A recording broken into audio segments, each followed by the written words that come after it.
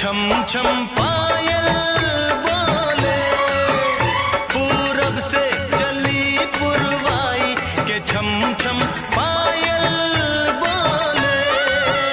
कहीं गूंज उठी शहनाई के छम छम पायल बोले,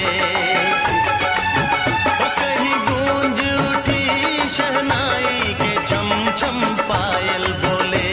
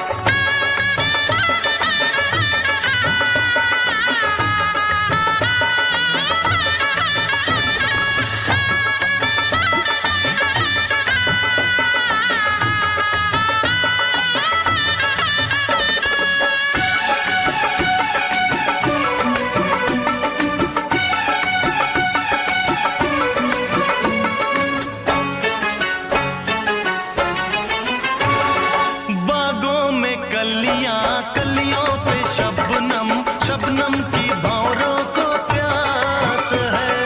गीतों का मौसम मौसम में खुशबू खुशबू को मेरी तलाश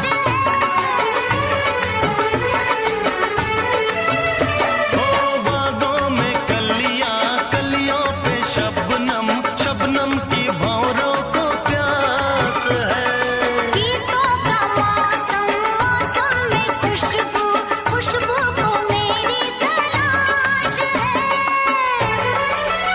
रुत महकी बहारें लाई के छम छम पायल बोले, रुत महकी बहारें लाई के छम छम पायल